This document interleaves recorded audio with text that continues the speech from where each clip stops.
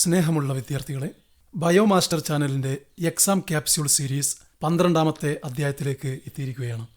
എല്ലാവർക്കും ഹൃദയത്തിൻ്റെ ഭാഷയിൽ സ്വാഗതം. ഈ എപ്പിസോഡിൽ +2 ബോട്ടണിയിലെ strategies for enhancement in food production എന്ന ചാപ്റ്ററിൻ്റെ എക്സാം പോയിന്റിലുള്ള അവതരണമാണ് ഉദ്ദേശിക്കുന്നത്. ഫുഡ് പ്രൊഡക്ഷൻ വർദ്ധിപ്പിക്കാനുള്ള ശാസ്ത്രീയമായ മാർഗങ്ങളാണ് ഈ ചാപ്റ്ററിലുള്ളത്. ഓക്കെ, നമുക്ക് തുടങ്ങാം. ആദ്യം അനിമൽ ഹസ്ബൻഡറി എന്ന ടോപ്പിക്കാണ് കവർ ചെയ്യേണ്ടത്. അനിമൽ ഹസ്ബൻഡറി എന്നാൽ the scientific agricultural breeding practice and rising life stock.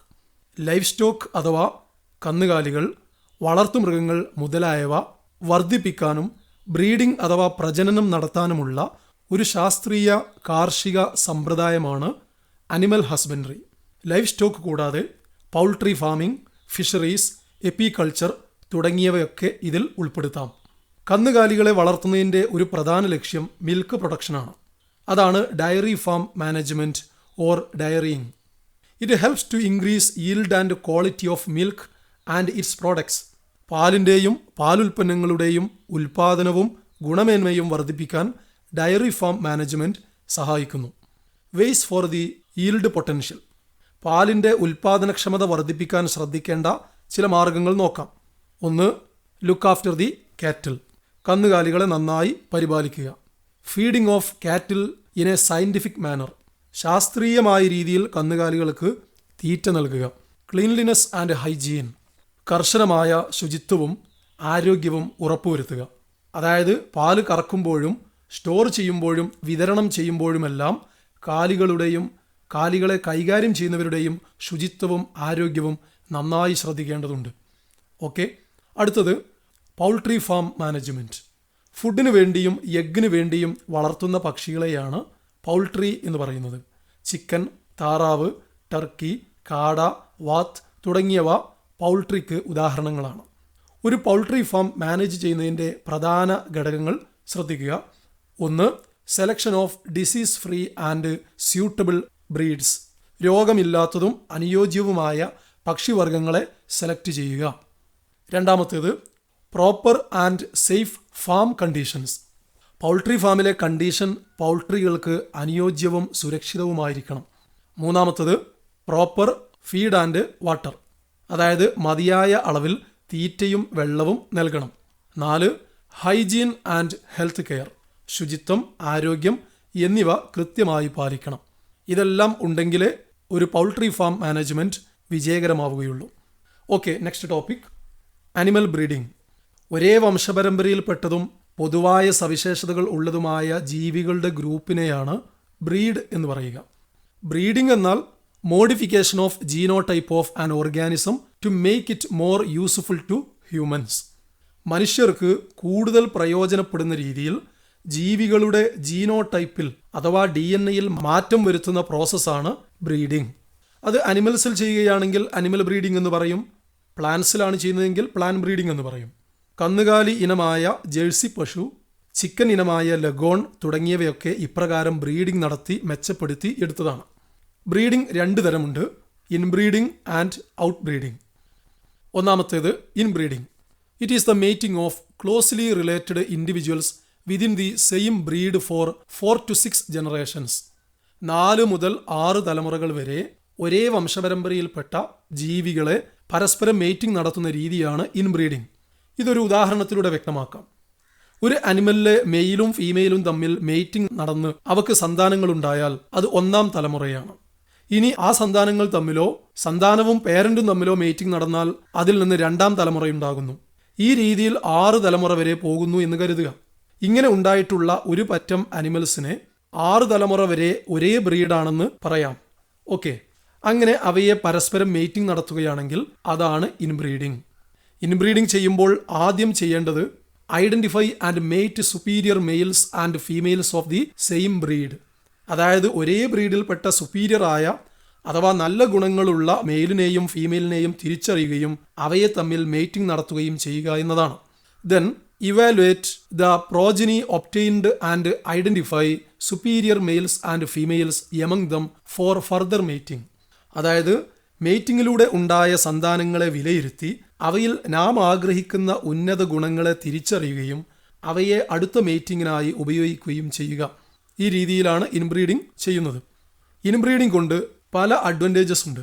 First one, it increases homozygosity. അത് ഹോമോസൈഗോസിറ്റി വർദ്ധിപ്പിക്കുന്നു. ഒരു ക്രോമസോം പെയറിൽ ഒരു ജീനിൻ്റെ ഒരേ തരം അലീലുകൾ കാണപ്പെടുന്നതിനെയാണ് ഹോമോസൈഗസ് എന്ന് പറയുന്നത്. സുവോളജിയിൽ പ്രിൻസിപ്പിൾസ് ഓഫ് ഇൻഹെറിറ്റൻസ് എന്ന ചാപ്റ്ററിൽ നിങ്ങളത് പഠിച്ചിട്ടുണ്ട്. ഓക്കെ, ഹോമോസൈഗോസിറ്റി വർദ്ധിച്ചാൽ പ്യുവർ ലൈൻ ആനിമൽസിനെ വികസിപ്പിച്ചെടുക്കാൻ സാധിക്കുന്നു. നമ്മൾ ഉദ്ദേശിക്കുന്ന തരം സ്വഭാവങ്ങളുടെ ജീനുകൾ ഹോമോസൈഗസ് ആയി വരുന്നത് നല്ല കാര്യമാണല്ലോ. ഒരു എക്സാമ്പിൾ പറയാം. നല്ല ഉൽപാദനശേഷിയുള്ള ഒരു അനിമലിനെ ഉണ്ടാക്കാൻ നാം ഉദ്ദേശിക്കുന്നു എന്ന് കരുതുക. ഉൽപാദനശേഷിയുമായി ബന്ധപ്പെട്ട ജീനിനെ തൽക്കാലം എ എന്ന് വിളിക്കാം. ഈ ജീൻ 2 ഇനം അഥവാ അലീലുകളുണ്ട്. ക്യാപിറ്റൽ എ എന്ന ഡോമിനൻ്റ് അലീലും സ്മോൾ എ എന്ന റെസസീവ് അലീലും. ക്യാപിറ്റൽ എ എന്ന അലീലാണ് ഉൽപാദനശേഷി കൂട്ടാൻ സഹായിക്കുന്നത്. സ്മോൾ എ അലീൽ ഉൽപാദനശേഷി കുറക്കുകയാണ് ചെയ്യുക. അപ്പോൾ നമുക്ക് വേണ്ടത് ക്യാപിറ്റൽ എ എന്ന അലീലാണ്. ഹോമലോഗസ് പെയറിലെ 2 ക്രോമസോമിലും ഒരേ അലീൽ വരുന്ന കണ്ടീഷനാണല്ലോ ഹോമോസൈഗസ്. 2ലും ക്യാപിറ്റൽ എ വരുന്നതാണോ അതല്ല ഒരു ക്രോമസോമിൽ ക്യാപിറ്റൽ എയും മറ്റേതിൽ സ്മോൾ എയും വരുന്നതാണോ കൂടുതൽ നല്ലത്? സംശയമില്ല, 2ലും ക്യാപിറ്റൽ എ വരുന്നതാണ് കൂടുതൽ നല്ലത്. അതായത് ഹോമോസൈഗോസിറ്റി. 2ലും സ്മോൾ എ വന്നാലും ഹോമോസൈഗോസിറ്റിയാണ്. പക്ഷേ അത് ഡിസൈറബിൾ ജീനല്ല. ഓക്കെ, അക്കാര്യമാണ് രണ്ടാമത്തെ അഡ്വാൻറ്റേജായി പറയുന്നത്. അതായത് it exposes harmful recessive genes that are eliminated by selection.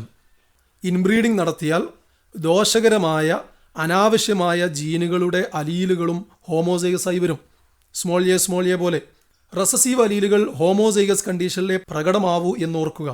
അപ്പോൾ ഹോമോസൈഗോസിറ്റി മൂലം ദോഷകരമായ റെസസീവ് അലീലുകൾ പ്രകടമാവുകയും അത്തരം അനിമൽസിനെ ഒഴിവാക്കാൻ സാധിക്കുകയും ചെയ്യുന്നു. ക്ലിയർ? ഇനി മൂന്നാമത്തെ advantage, it helps in accumulation of superior genes. അതായത് നല്ല ഗുണങ്ങളുടെ ജീനുകൾ മാത്രമുള്ള അനിമൽസിനെ സെലക്ട് ചെയ്ത് അവയെ അടുത്ത ഇൻബ്രീഡിങ്ങിന് ഉപയോഗിച്ചാൽ സുപ്പീരിയർ ജീനുകൾ ഉള്ളവ വർദ്ധിച്ചു വരും. ഇങ്ങനെയൊക്കെയാണെങ്കിലും ഇൻബ്രീഡിംഗ് കൊണ്ട് ദോഷവുമുണ്ട്. അതിൽ പ്രധാനപ്പെട്ട ഒന്നാണ് inbreeding depression. It is the reduction in fertility and productivity due to continued inbreeding. തുടർച്ചയായ ഇൻബ്രീഡിംഗ് മൂലം അനിമൽസിൻ്റെ ഉൽപാദനക്ഷമതയും ശേഷിയും കുറയുന്നതിനാണ് ഇൻബ്രീഡിംഗ് ഡിപ്രഷൻ എന്ന് പറയുന്നത്. കാരണം ഇൻബ്രീഡിങ്ങിൻ്റെ ഫലമായി ദോഷകരമായ റെസസീവ് അലീലുകൾ പ്രകടമാകുന്നു. നമ്മൾ സെലക്ട് ചെയ്ത ജീൻ നല്ല ക്വാളിറ്റി ഉള്ളതായിരിക്കാം, ഡോമിനൻറ്റുമായിരിക്കാം. പക്ഷേ മറ്റേതെങ്കിലും ക്യാരക്ടറുകളുടെ ദോഷകരമായ റെസസീവ് അലീൽ പ്രകടമാവാമല്ലോ. അത് അവയുടെ പ്രൊഡക്ടിവിറ്റി കുറക്കുകയോ ചിലപ്പോൾ ആ അനിമൽ തന്നെ ചത്തുപോകുന്നതിന് കാരണമാവുകയോ ചെയ്തേക്കാം. നമ്മളിലൊക്കെ അത്തരം അപകടകരമായ ജീനുകളുണ്ട്. അവ റെസസീവ് ആയതിനാൽ പ്രകടമാവുന്നില്ലെന്ന് മാത്രം. എന്നാൽ രക്തബന്ധത്തിൽപ്പെട്ടവർ തമ്മിൽ വിവാഹം കഴിച്ചാൽ അഥവാ മറ്റൊരു ഭാഷയിൽ പറഞ്ഞാൽ ഇൻബ്രീഡിംഗ് നടത്തിയാൽ ഇവ പ്രകടമാവാൻ സാധ്യതയുണ്ട്. കാരണം അടുത്ത രക്തബന്ധുക്കളിൽ ഒരേപോലെയുള്ള ജീനുകൾ ഒളിഞ്ഞിരിക്കുന്നുണ്ടാവുമല്ലോ. അവർക്കിടയിൽ സെക്ഷൽ ഇൻ്റർകോഴ്സ് നടന്നാൽ ഈ അലീലുകൾ ഒരുമിച്ച് ഹോമോസൈഗസ് ആയി വരികയും പ്രകടമാവുകയും ചെയ്യും. ആ അപകടം ഒഴിവാക്കാൻ രക്തബന്ധുക്കൾ തമ്മിലുള്ള വിവാഹബന്ധം പരമാവധി ഒഴിവാക്കുന്നതാണ് നല്ലത്. ഓക്കെ, എന്തായാലും അനിമൽസിലെ ഇൻബ്രീഡിംഗ് ഡിപ്രഷൻ എന്ന പ്രശ്നം പരിഹരിക്കാൻ made selected animals with unrelated superior animals of the same breed. Select ചെയ്ത അനിമലിനെ ഒരേ ബ്രീഡിലുള്ള എന്നാൽ അൺറിലേറ്റഡ് ആയതും നല്ല ഗുണങ്ങളുള്ളതുമായ അനിമൽസുമായി മെയ്റ്റിംഗ് നടത്തിയാൽ മതി. അപ്പോൾ ദോഷകരമായ ജീനുകളുടെ എക്സ്പ്രഷൻ ഒരു പരിധിവരെ ഒഴിവാക്കാം. ശരി, അടുത്തത് outbreeding. It is the breeding of the unrelated animals. Unrelated ആയ അനിമൽസ് തമ്മിലുള്ള ബ്രീഡിംഗ് ആണിത്. It is 3 types: outcrossing, crossbreeding and interspecific hybridization. അതിലൊന്നാമത്തേത് outcrossing. It is the mating within the same breed but having no common ancestors up to 4 to 6 generations. 4 മുതൽ 6 തലമുറ വരെ common ancestor ഇല്ലാത്ത എന്നാൽ ഒരേ വർഗത്തിൽപ്പെട്ട animals തമ്മിലുള്ള breeding ആണ് out crossing. Out ക്രോസിംഗിലൂടെ ഉണ്ടാകുന്ന ഓഫ്സ്പ്രിങ്ങിനെ ഔട്ട് ക്രോസ് എന്നാണ് പറയുക. പാലുൽപാദനം കുറഞ്ഞ ജന്തുക്കളെയും വളർച്ചാ നിരക്ക് കുറഞ്ഞ മാംസത്തിനായുള്ള കന്നുകാലികളെയുമൊക്കെ ഔട്ട് ക്രോസിംഗ് നടത്തിയാൽ മെച്ചപ്പെടുത്തിയെടുക്കാൻ സാധിക്കും. മറ്റൊരു അഡ്വാൻറ്റേജ് ഇൻബ്രീഡിംഗ് ഡിപ്രഷൻ പരിഹരിക്കാനും ഔട്ട് ക്രോസിംഗ് സഹായിക്കുന്നു എന്നതാണ്. രണ്ടാമത്തേത് cross breeding. It is the mating of superior males of one breed with superior females of another breed to combine desirable qualities. മെച്ചപ്പെട്ട ഗുണങ്ങളുള്ള ഒരു ബ്രീഡിലെ മെയിലിനെയും മറ്റൊരു ബ്രീഡിലെ ഫീമെയിലിനെയും തമ്മിൽ മെയ്റ്റിംഗ് നടത്തി രണ്ടിൻ്റെയും നല്ല ഗുണങ്ങൾ ഓഫ് സ്പ്രിങ്ങിൽ കൊണ്ടുവരുന്ന മെത്തേഡാണിത്. ഇവിടെ രണ്ട് പേരൻറ്റും ഒരേ സ്പീഷീസാണ്, പക്ഷേ വ്യത്യസ്ത ബ്രീഡുകളായിരിക്കും. രണ്ടിൻ്റെയും നല്ല ഗുണങ്ങൾ സംയോജിച്ചുള്ള ഒരു ഓഫ് സ്പ്രിങ് ഈ ക്രോസിലൂടെ ഉണ്ടാകുന്നു. For example, Bikaneri ewes is crossed with merino rams that produces Hissardale sheep. പഞ്ചാബിൽ ബിക്കാനീരി ഈവ്സ്, മെറിനോ റാംസ് എന്നീ വ്യത്യസ്ത ബ്രീഡുകളിൽപ്പെട്ട ചെമ്മരിയാടുകളെ ക്രോസ് ബ്രീഡിംഗ് നടത്തിയപ്പോൾ ഹിസർഡെയിൽ എന്ന ഹൈബ്രിഡിനെ ഉണ്ടാക്കാൻ സാധിച്ചു. ഓക്കെ, മൂന്നാമത്തെ ഔട്ട് ബ്രീഡിംഗ് രീതി നോക്കാം. Interspecific hybridization. It is the mating of male and female of two different species. രണ്ട് വ്യത്യസ്ത സ്പീഷീസുകൾ തമ്മിൽ മേറ്റിംഗ് നടത്തി ഓഫ് സ്പ്രിംഗ് ഉണ്ടാക്കുന്ന മെത്തേഡാണിത്. For example, mating between male ass and female horse produced mule. ആൺകഴുതയെയും പെൺകുതിരയെയും തമ്മിൽ മേറ്റിംഗ് നടത്തിയാൽ മ്യൂൾ അഥവാ കോവർ കഴുതയുണ്ടാകുന്നു. ഇവക്ക് റീപ്രൊഡക്റ്റീവ് കപ്പാസിറ്റി ഇല്ലെങ്കിലും സവാരിക്കും ചുമടെടുക്കാനുമൊക്കെ ഉപകരിക്കും. ഓക്കെ, അടുത്ത ടോപ്പിക്കിലേക്ക് പോകാം. Controlled breeding experiments. മനുഷ്യ നിയന്ത്രണത്തിൽ ശാസ്ത്രീയമായ ബ്രീഡിംഗ് പരീക്ഷണങ്ങളാണ് ഇതിൽ പറയുന്നത്. അതിലൊന്നാമത്തേത് artificial insemination. It is the injection of semen from male parent into the reproductive tract of selected female. അതായത് ഒരു മെയിൽ പാരൻറ്റിൽ നിന്ന് സെമൻ കളക്ട് ചെയ്ത് ഒരു ഫീമെയിൽ പാരൻറ്റിൻ്റെ റീപ്രൊഡക്റ്റീവ് ട്രാക്റ്റിലേക്ക് ഇഞ്ചക്ട് ചെയ്യുന്നതിനെയാണ് ആർട്ടിഫിഷ്യൽ ഇൻസെമിനേഷൻ എന്ന് പറയുന്നത്. സുവോളജിയിൽ റീപ്രൊഡക്റ്റീവ് ഹെൽത്ത് എന്ന ചാപ്റ്ററിൽ ഇൻഫെർട്ടിലിറ്റി പ്രോബ്ലം പരിഹരിക്കുന്നതിനുള്ള ചികിത്സയായി നടത്തുന്ന ആർട്ടിഫിഷ്യൽ ഇൻസെമിനേഷനെ പറ്റി നിങ്ങൾ പഠിച്ചിട്ടുണ്ട്. രണ്ടും ബേസിക്കലി ഒരേ മെത്തേഡ് തന്നെയാണ്. ഇൻസെമിനേഷൻ നടന്നു കഴിഞ്ഞാൽ ഫീമെയിൽ പാരൻറ്റ് പ്രഗ്നൻ്റ് ആവും, പ്രസവിക്കും. രണ്ട് പേരൻ്റെയും നല്ല ഗുണങ്ങളുള്ള ഓഫ് സ്പ്രിംഗ് ഉണ്ടാവും. ക്ലിയർ? അടുത്തത് multiple ovulation embryo transfer technology, MOET, മോയറ്റ് എന്ന് കൂട്ടി വായിക്കാം. പേര് കേട്ടാൽ തന്നെ കാര്യം മനസ്സിലാക്കാം. ഓവറിയിൽ നിന്നും ഓവം റിലീസ് ചെയ്യുന്ന പ്രോസസ്സിനെയാണല്ലോ ഓവുലേഷൻ എന്ന് പറയുന്നത്. അപ്പോൾ multiple ovulation or super ovulation എന്നാൽ ഒന്നിലേറെ ഓവങ്ങൾ ഡെവലപ്പ് ചെയ്യിച്ച് റിലീസാവുക എന്നാണ്. ഇതിനായി a cow is administered hormone such as FSH to induce follicular maturation and super ovulation. അതായത് FSH അഥവാ ഫോളിക്കിൾ സ്റ്റിമുലേറ്റിംഗ് ഹോർമോൺ കുത്തിവെച്ചാൽ ഓവറിയിലെ ഫോളിക്കിളുകൾ വളർന്ന് പാകമാവുകയും അങ്ങനെ സൂപ്പർ ഓവുലേഷൻ നടന്ന് ഒന്നിലേറെ എഗ്ഗുകൾ റിലീസാവുകയും ചെയ്യുന്നു. ഒപ്പം ഈ പശുവിലേക്ക് സെമൻ എത്തിക്കുകയും വേണം. പശു ഒരു ഉദാഹരണമായി പറഞ്ഞതാണ്, മറ്റ് അനിമൽസിലും ഇങ്ങനെ ചെയ്യാറുണ്ട്. അതിനായി ഒരു എലൈറ്റ് ബുൾ അഥവാ യോഗ്യമായ കാളയെക്കൊണ്ട് മേറ്റിംഗ് നടത്തുകയോ അല്ലെങ്കിൽ അതിൻ്റെ സെമൻ ആർട്ടിഫിഷ്യൽ ഇൻസെമിനേഷനിലൂടെ പശുവിലേക്ക് കയറ്റുകയോ ചെയ്യുന്നു. അതിൻ്റെ ഫലമായി ഫെർട്ടിലൈസേഷൻ നടക്കുന്നു. മൾട്ടിപ്പിൾ ഓവുലേഷനിലൂടെ എത്ര എഗ്ഗുകൾ ഉണ്ടായിട്ടുണ്ടോ അത്രയും ഫെർട്ടിലൈസ്ഡ് എഗ്ഗുകൾ ഫോം ചെയ്യും. അവ ഓരോന്നും ഡിവൈഡ് ചെയ്ത് 8 to 32 സെൽ സ്റ്റേജിലുള്ള എംബ്രിയോകളായി മാറിയാൽ പുറത്തെടുക്കുകയും സറഗേറ്റ് മദറായ പശുക്കളിലേക്ക് ട്രാൻസ്ഫർ ചെയ്യുകയും വേണം. അങ്ങനെ അവ പ്രഗ്നൻ്റ് ആവുന്നു. Okay, next beekeeping or apiculture അഥവാ തേനീച്ച കൃഷി. It is the maintenance of honey bees to produce honey and Bs wax. തേനിനും തേൻമെഴുകിനും വേണ്ടി തേനീച്ചകളെ പ്രത്യേക കൂടുകളിൽ പരിപാലിക്കുന്നതിനാണ് എപ്പികൾച്ചർ എന്ന് പറയുന്നത്. നല്ല പോഷകമൂല്യവും ഔഷധ ഗുണവുമുള്ള ഒരു ഫുഡാണ് തേൻ. പലതരം തേനീച്ചകളെ ഇതിനായി ഉപയോഗിക്കുന്നു. അതിൽ മോസ്റ്റ് കോമൺ സ്പീഷീസ് എപ്പിസ് ഇൻഡിക്കയാണ്. തേനീച്ച വളർത്തൽ വിജയകരമാകാൻ ശ്രദ്ധിക്കേണ്ട പ്രധാന കാര്യങ്ങൾ എന്തൊക്കെയെന്ന് പരിശോധിക്കാം. ഒന്നാമത്തത് knowledge of the nature and habits of bees. ആദ്യം തേനീച്ചകളുടെ സ്വഭാവവും പ്രകൃതവും എന്താണെന്ന് മനസ്സിലാക്കുക. 2. Selection of suitable location to keep beehives. തേനീച്ചക്കൂടുകൾ സ്ഥാപിക്കാൻ അനുയോജ്യമായ സ്ഥലം തിരഞ്ഞെടുക്കുക. 3. Catching and hiving of swarms. Swarms അഥവാ തേനീച്ചക്കൂട്ടത്തെ പിടിക്കുകയും കൂട്ടിലാക്കുകയും ചെയ്യുക. 4. Management of beehives during different seasons. വിവിധ സീസണുകളിൽ തേനീച്ചക്കൂടുകൾ ശരിയായ രീതിയിൽ ക്രമീകരിക്കുക. And 5. Handling and collection of honey and Bs wax. തേനും തേൻമെഴുകും ശേഖരിക്കുകയും ശരിയായ രീതിയിൽ കൈകാര്യം ചെയ്യുകയും ചെയ്യുക. ഇപ്പറഞ്ഞതെല്ലാം ശാസ്ത്രീയമായ രീതിയിൽ പ്രയോഗവൽക്കരിച്ചാലേ തേനീച്ച വളർത്തൽ വിജയകരമാവുകയുള്ളൂ. ഓക്കെ, നെക്സ്റ്റ് ഫിഷറീസ് അഥവാ മത്സ്യ വ്യവസായം. It is an industry of catching, processing or selling of fish shellfish or other aquatic animals. അതായത് മത്സ്യങ്ങൾ, കക്ക, ചെമ്മീൻ, ഞണ്ട്, കൊഞ്ച്, ചിപ്പി തുടങ്ങിയ ജലജീവികളെ പിടിക്കുകയും ഉൽപ്പന്നങ്ങളാക്കുകയും വിൽക്കുകയും ചെയ്യുന്ന ഒരു വൻ വ്യവസായമാണ് ഫിഷറീസ്. ഫ്രഷ് വാട്ടർ ഫിഷുകളായ കട്ല, രോഹു, കോമൺ കാർപ്പ് അതായത് കരിമീൻ, മറൈൻ ഫിഷുകളായ ഹിൽസ അഥവാ പാലുവ, സാർഡൈൻസ് അഥവാ മത്തി, മാക്രൽ അതായത് അയല, പോംഫ്രെറ്റ്സ് അഥവാ ആവോലി തുടങ്ങിയ നിരവധി മത്സ്യങ്ങളെ ഫിഷറീസിനായി ഉപയോഗപ്പെടുത്തുന്നു. ജലജീവികളെ പിടികൂടി വിൽക്കൽ മാത്രമല്ല, അവയെ കൃഷി നടത്താനും സാധിക്കും. അതിനാണ് അക്വാകൾച്ചർ എന്ന് പറയുന്നത്. അക്വാകൾച്ചറിൻ്റെ ഒരു ഇനമാണ് പിസികൾച്ചർ അഥവാ ഫാമിംഗ് ഓഫ് ഫിഷസ്, മത്സ്യകൃഷി എന്ന് മലയാളത്തിൽ പറയാം. ഫിഷറി ഇൻഡസ്ട്രിയിലുണ്ടായ വൻ മുന്നേറ്റത്തെയാണ് ബ്ലൂ റവല്യൂഷൻ അഥവാ നീല വിപ്ലവമെന്ന് പറയുന്നത്. അനിമൽ ഹസ്ബൻഡറി എന്ന ഭാഗം ഇവിടെ അവസാനിച്ചു. ഇനി പഠിക്കേണ്ടത് plant breeding. It is the manipulation of plant species to create desired plant types for better cultivation, better yields and disease resistance.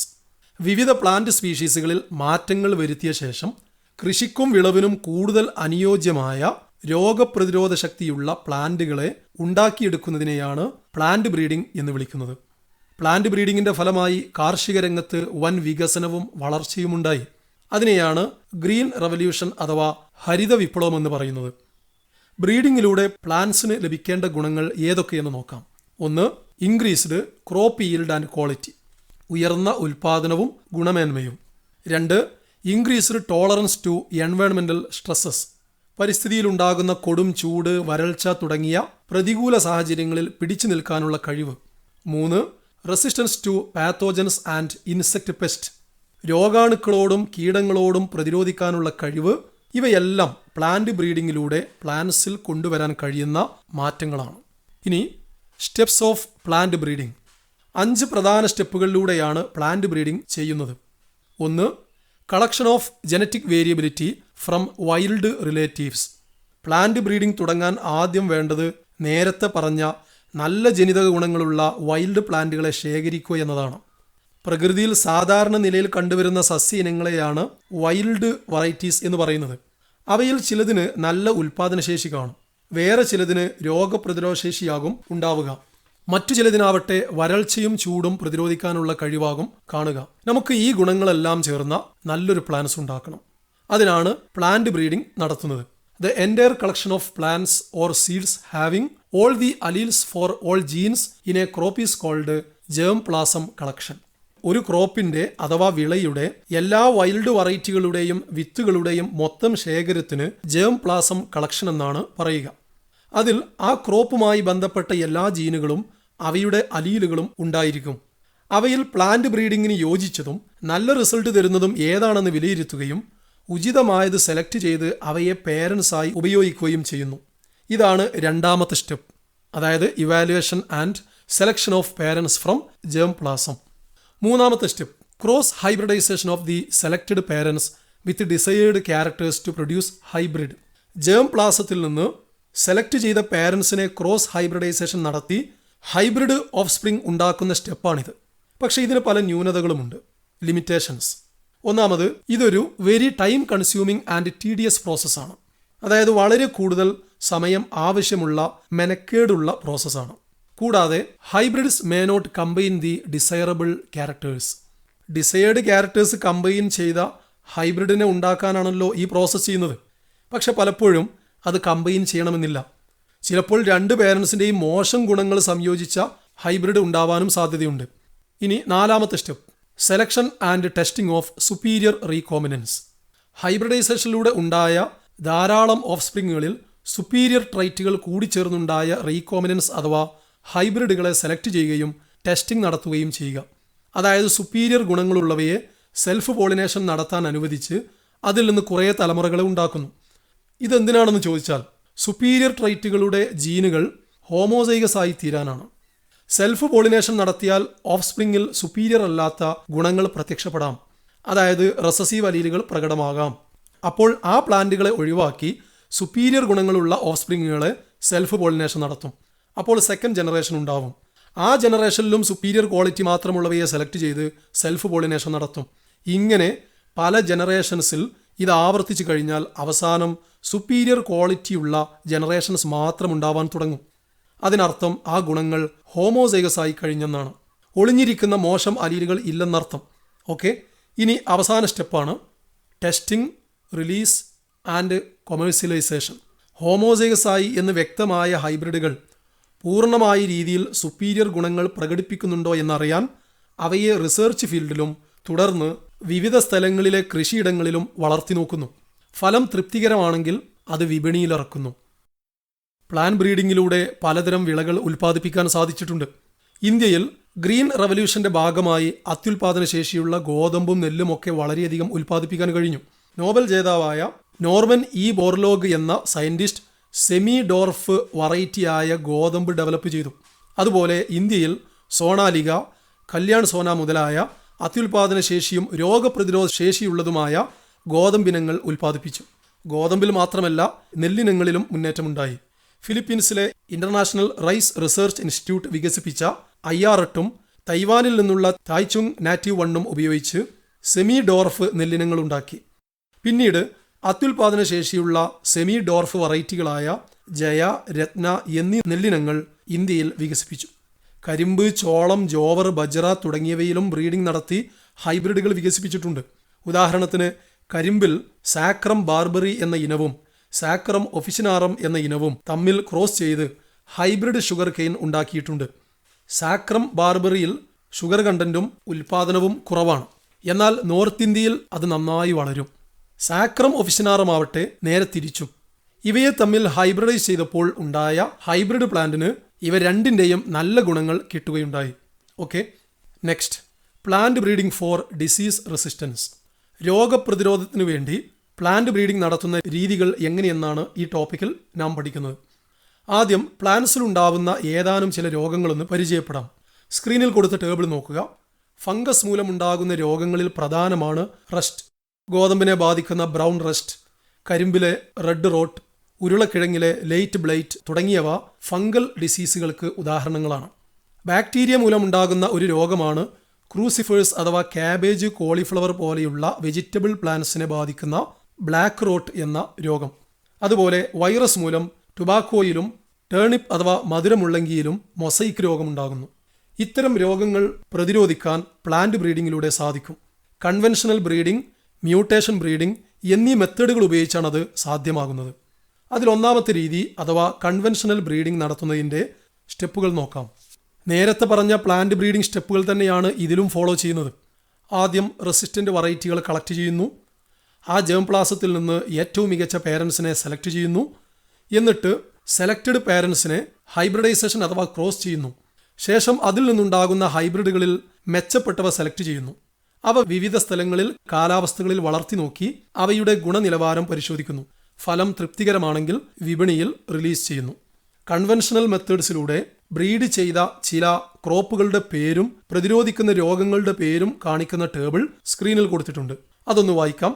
വീറ്റിലെ Himagiri എന്ന വെറൈറ്റിക്ക് leaf and stripe rust, hill bunt എന്നീ രോഗങ്ങളെ പ്രതിരോധിക്കാൻ കഴിയും. അതുപോലെ ബ്രാസിക്ക അഥവാ കടുകിലെ പ്യൂസ സ്വർണിം കരൺ റായ് എന്ന വെറൈറ്റിക്ക് വൈറ്റ് റസ്റ്റ് എന്ന രോഗത്തെ പ്രതിരോധിക്കാൻ കഴിയും. കോളിഫ്ലവർ അതിലെ 2 വെറൈറ്റികളാണ് പ്യൂസ ശുബ്ര ആൻഡ് പ്യൂസ സ്നോബാൾ K1. ഈ 2 വെറൈറ്റിക്കും black rot and curl blight black rot എന്നീ രോഗങ്ങളെ പ്രതിരോധിക്കാൻ കഴിയുന്നു.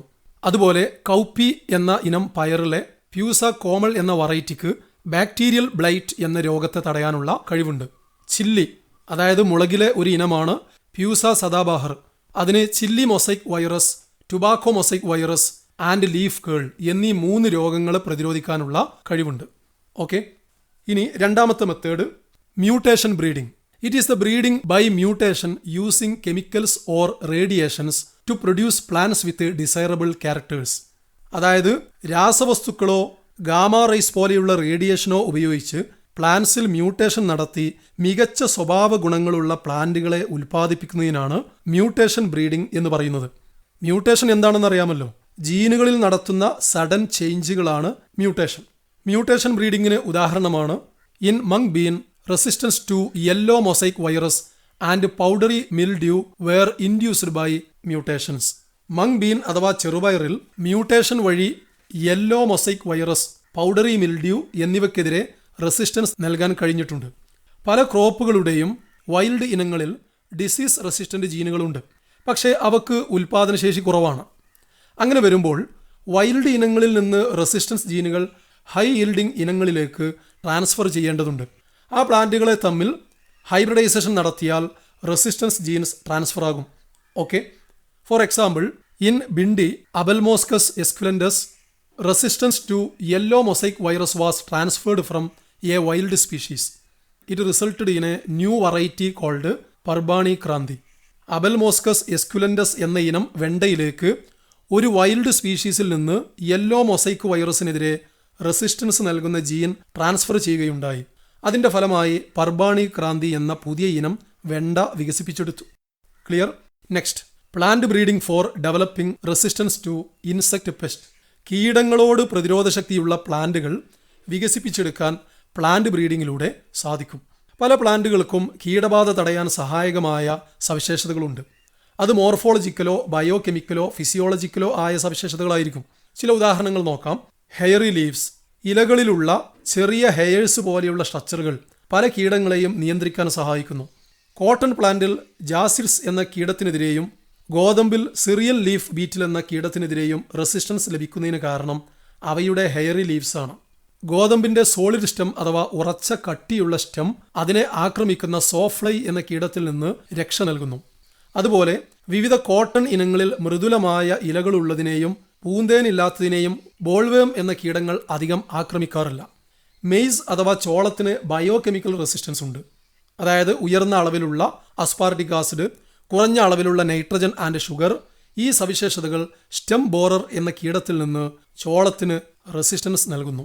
ഇനി ഇൻസെക്ട് പെസ്റ്റ് റെസിസ്റ്റൻസ് ലഭിക്കാൻ വിജയകരമായി ബ്രീഡിംഗ് നടത്തിയ ചില ക്രോപ്പ് വെറൈറ്റികൾ പരിചയപ്പെടാം. ടേബിൾ നോക്കുക. ബ്രാസിക്ക അഥവാ കടുകിലെ പ്യൂസ ഗൗരവ് എന്ന ഇനത്തിന് എഫിഡ്സ് എന്ന കീടങ്ങൾക്കെതിരെ റെസിസ്റ്റൻസ് ഉണ്ട്. ഫ്ലാറ്റ് ബീൻസ് അഥവാ അമരപ്പയറിലെ പ്യൂസ സം 2, പ്യൂസ സം 3 എന്നീ ഇനങ്ങൾക്ക് ജാസിഡ്സ്, ഏഫിഡ്സ്, ഫ്രൂട്ട് ബോറർ എന്നീ കീടങ്ങളെ പ്രതിരോധിക്കാൻ സാധിക്കുന്നു. അതുപോലെ ഒക്ര അഥവാ വെണ്ടയിൽ പ്യൂസ സവാനി, പ്യൂസ A4 എന്നീ ഇനങ്ങൾക്ക് ഷൂട്ട് ആൻഡ് ഫ്രൂട്ട് ബോറർ കീടങ്ങളെ പ്രതിരോധിക്കാനുള്ള കഴിവുണ്ട്. Okay, next, plant breeding for improved food quality. മെച്ചപ്പെട്ട ഫുഡ് ക്വാളിറ്റിയുള്ള വിളകളുണ്ടാക്കാൻ പ്ലാന്റ് ബ്രീഡിംഗ് സഹായിക്കുന്നു. ലോകത്ത് 84 കോടിയിൽ പരം ആളുകൾ മതിയായ അളവിൽ ഭക്ഷണം ലഭിക്കാത്തവരാണെങ്കിൽ 300 കോടിയിൽ പരം ആളുകൾ വേണ്ടത്ര പോഷകങ്ങൾ ലഭിക്കാത്തവരാണെന്ന് ഓർക്കുക. ഹിഡൻ ഹങ്കർ എന്നാണ് ഇതിനെ വിശേഷിപ്പിക്കുന്നത്.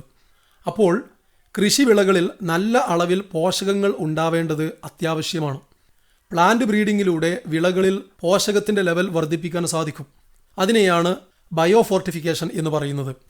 Proteins, oils, vitamins, micronutrients and minerals എന്നിവയുടെ കണ്ടന്റ് വർദ്ധിപ്പിക്കുകയാണ് ഇത്തരം ബ്രീഡിങ്ങിൻ്റെ ഒബ്ജക്റ്റീവ് അഥവാ ലക്ഷ്യം. ടേബിൾ നോക്കൂ. ബയോഫോർട്ടിഫൈഡ് ആയ ഏതാനും വിളകളെ പരിചയപ്പെടാം. ഒന്ന്, മെയ്സ് ഹൈബ്രിഡ്സ്.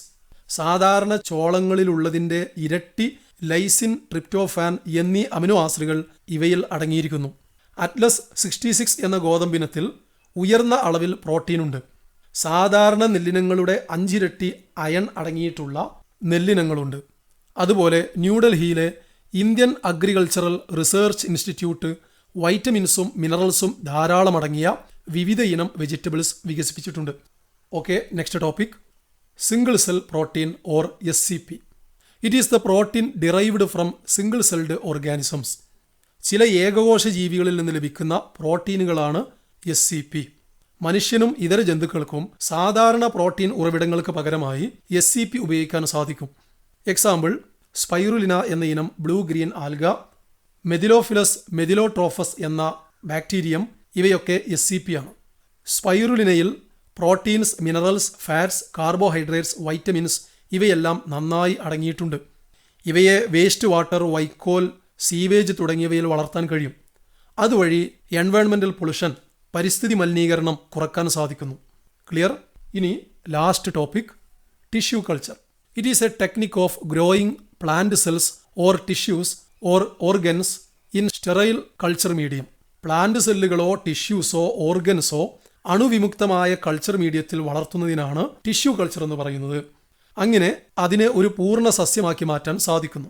ഇതിനായി തയ്യാറാക്കുന്ന ന്യൂട്രിയൻ്റ് മീഡിയത്തിൽ സൂക്രോസ് പോലെയുള്ള കാർബൺ സോഴ്സ്, ഇനോർഗാനിക് സാൾട്ടുകൾ, വൈറ്റമിൻസ്, അമിനോ ആസിഡ്സ്, ഗ്രോത്ത് ഹോർമോണുകളായ ഓക്സിൻസ്, സൈറ്റോകൈൻസ് ഇവയെല്ലാം അടങ്ങിയിരിക്കണം.